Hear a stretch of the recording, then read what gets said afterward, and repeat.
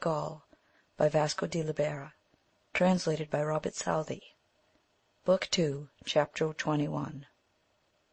How Amadis took leave of King Lisuarte, and with him 10 knights, his friends and kinsmen, who were the best and bravest of the court, and went their way to the Firm Island, where Briolania proved the adventures of the Arch of True Lovers and of the Forbidden Chamber, and how they determined to deliver Madasima and her damsels from the king's power. Then Amadis, taking with him all those knights, went to take leave of the king. They were in the palace, when they saw with how altered a countenance he entered, and at that hour, when the tables were placed, all drew nigh to hear what he would say. He being before the king spake thus: Sir, whether or not you have dealt ill with me, God and yourself can witness. Of this I say no more, for though my services may have been great, much greater was the will I had to requite those honours which I from you received. Yesterday you told me that I might go about the world and seek for one who would know me better, giving me to understand that what you wished was my departure from your court. Since this would please you, it becomes me so to do. I do not come to discharge myself of vassalage, for I never was subject to you, nor to any but God alone, but I take leave of that good will which you once manifested to honour and favour me, and of that great love wherewith I ever strove to requite and serve you. Then Don Galvanes also took leave, and Agrayes, and Florestan, and Dragonis, and Palomir, who were cousins to Amadis, and Don Bruneo of Bonamar, and his brother Branfil, and Agriote, and Estravas, and Grinadin his brother, and Pinores his nephew. Don Quadragante then came before the king and said, Sir, I abode with you only at the request of Amadis, and because I have been yours for his sake for the same reason, I will continue so no longer. Small hope of recompense can there be for my poor services when he is so rewarded.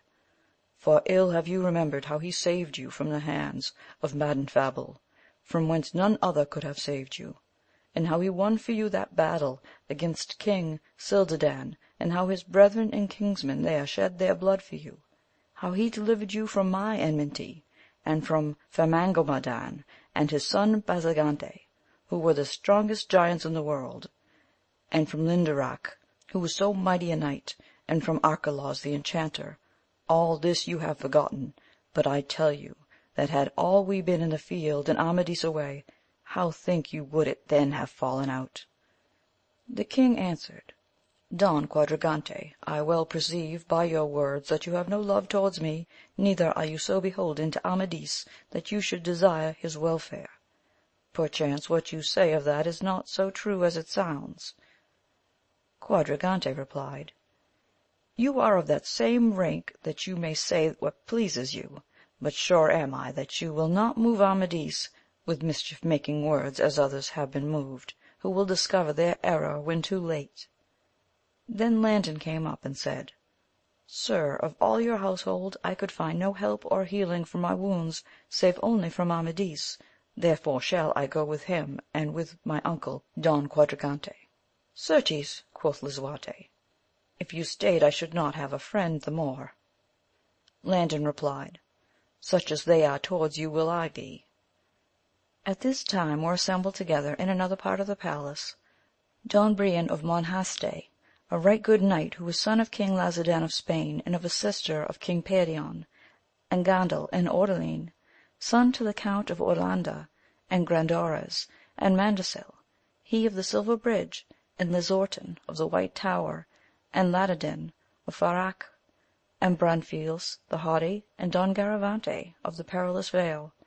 And when they saw how all those other knights were about to depart for the love of Amadis, they also went before the king and said, Sir, we came to your court to see Amadis and his brethren, and to obtain his friendship, and as he was the cause of our coming, so will he be that of our departure. These knights having departed, and there remaining no other, Amadis would have taken leave of the queen, but Lisuarte would not permit him, because she had always opposed this quarrel, so he sent his excuses by Don Grumedan. Then went he to his lodging, and after they had made their meal they all mounted, being fully armed, 500 knights were they in all who followed Amadis, among whom were the sons of kings and of counts, and others who for their prowess as well as birth were renowned throughout all the world.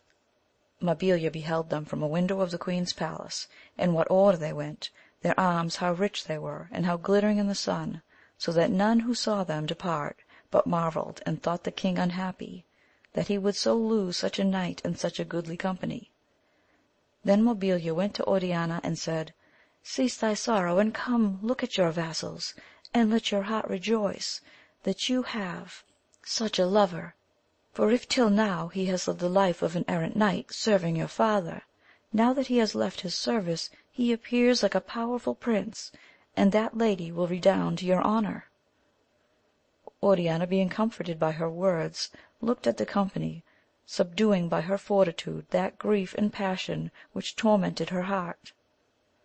There went out with Amadis to honour him King Arban of North Wales, and Grumedan the queen's fosterer, and Brandoyuas, and Quinorante, and Giantes, the king's nephew, and Listoran the good jouster.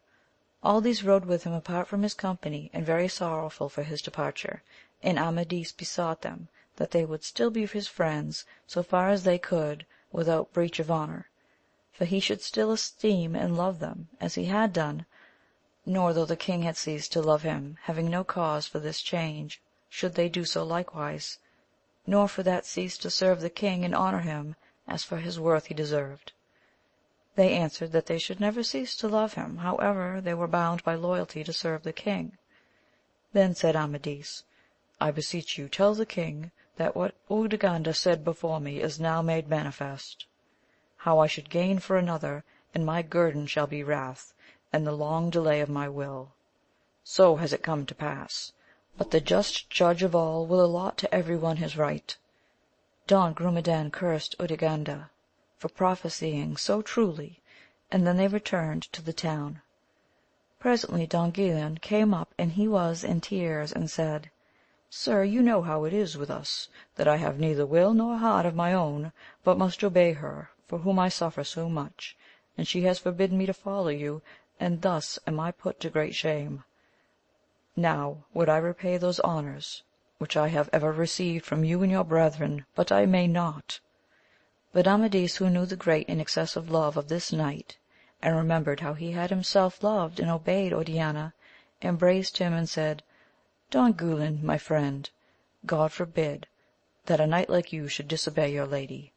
Not so would I advise you, nor so advising should I be your friend. Obey her and serve the king, and sure am I that you will keep your loyalty, and yet that I shall have in you the same friend. So Guilan answered, he trusted in God to serve him yet, and he took his leave.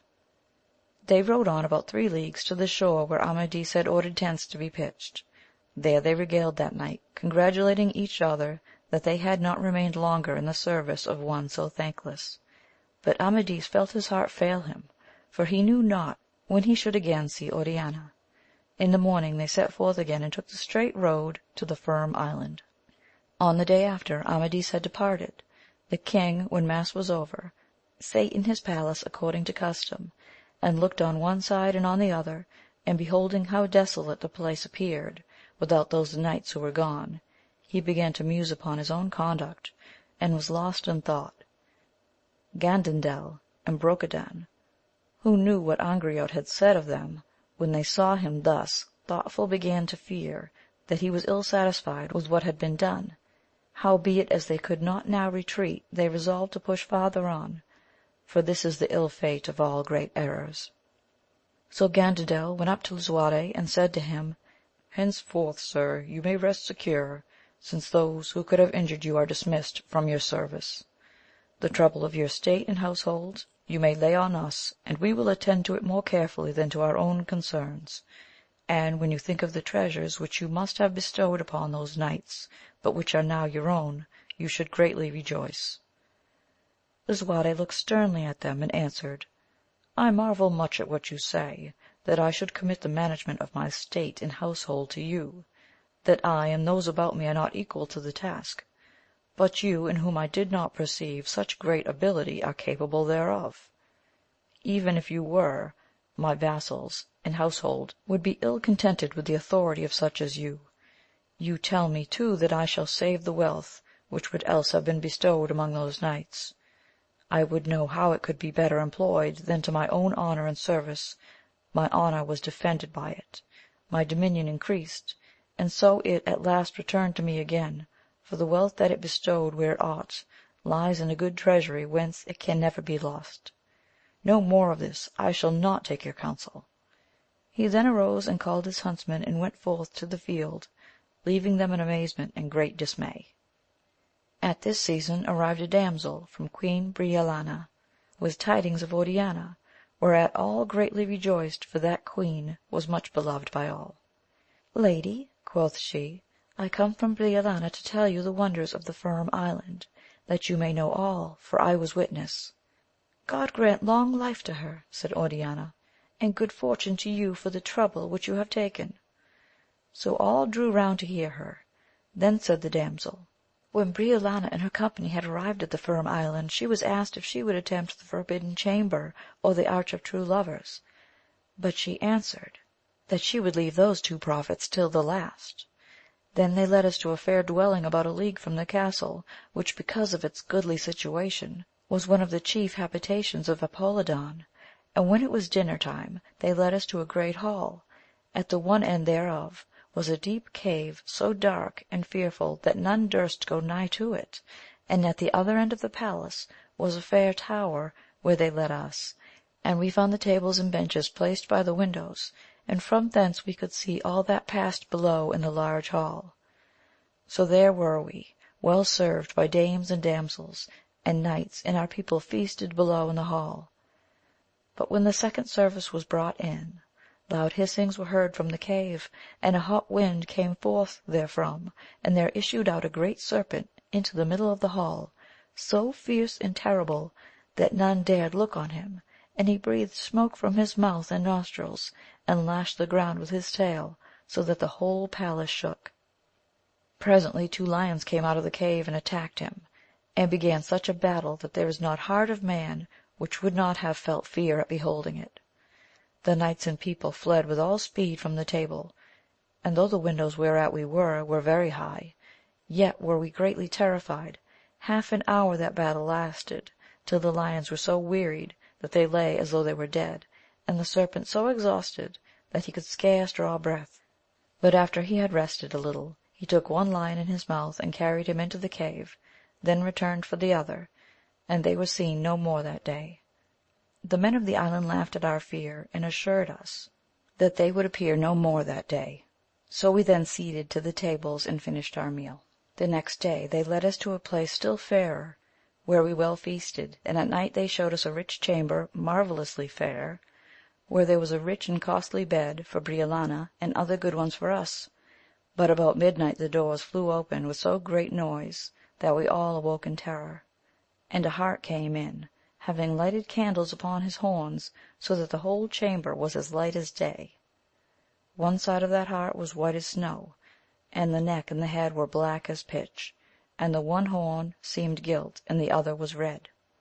4 dogs pursued him in full cry, and behind them an ivory horn moved and sounded in the air as if a man were sounding it, and gave the proper sound of the chase, and cheered the dogs, so that they pursued the hart and allowed him no respite, and drove him from one part of the chamber to another, and sometimes they leaped over our beds, and sometimes they fell on them, so that we rose in our shifts and our hair hanging about, and fled from them, and some hid themselves under the beds, till the hart, finding no safety there, leaped through a window, and the dogs after him.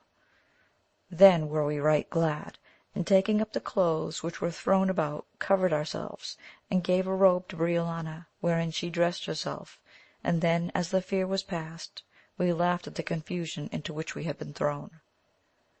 While we were making our beds again, a dame and 2 damsels entered, and a little girl with candles, and she spake to Briolania and said, How is it, lady, that you have risen at such an hour?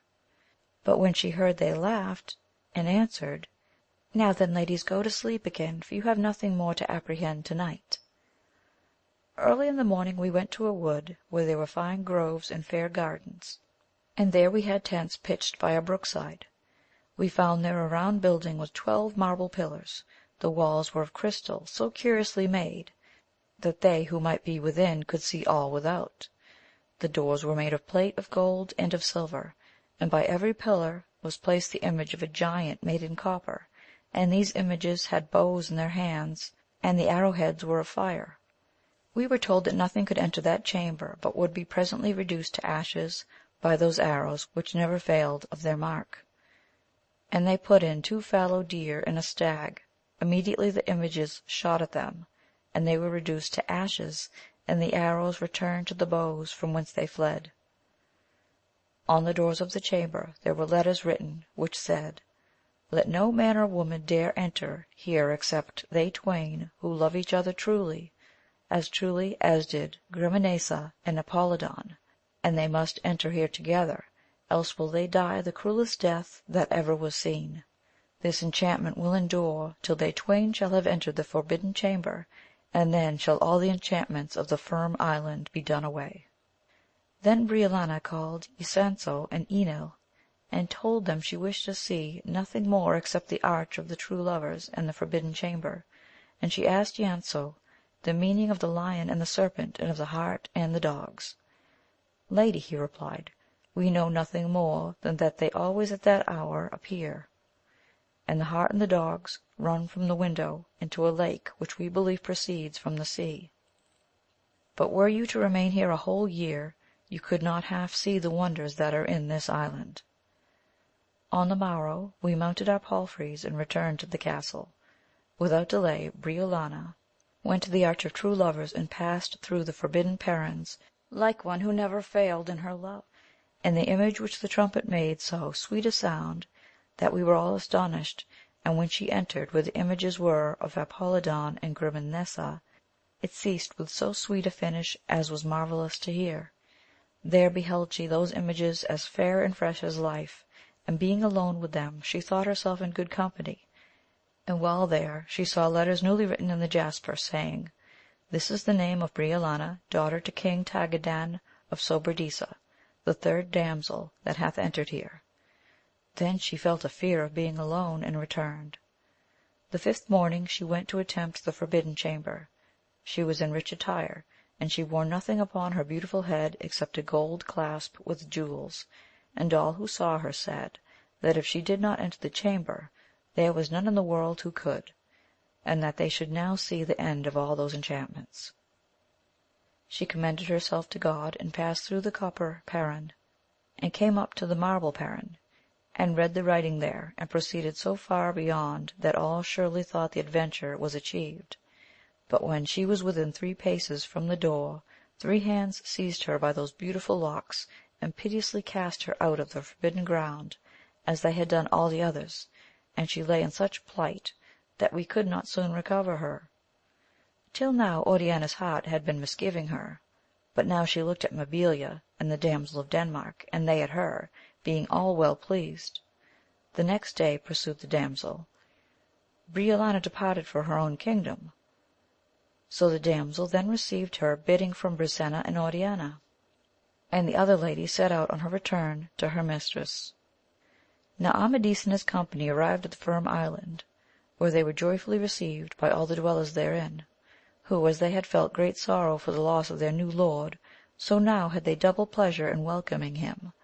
But when those knights who were with him beheld the castle, how strong it was, and now there was no other entrance to the island large as it was, and that the land was so fertile, and peopled with so many and such inhabitants, they thought it might maintain war against all the world.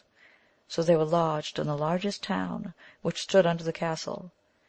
You are to know that this island was 9 leagues long and 7 wide, all full of villages and rich dwelling houses of the knights of the land.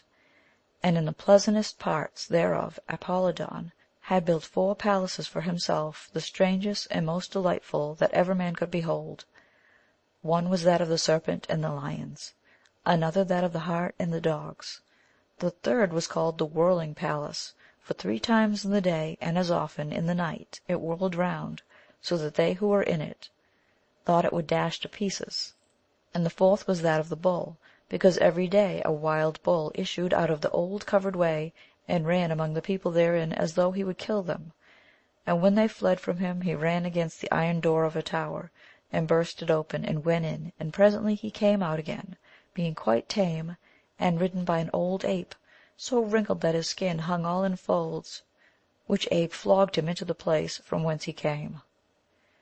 Great pleasure had all these knights in beholding these enchantments, and enough pastime had they there, and they were all firm in their love to Amadis, and ready to follow him wherever he would.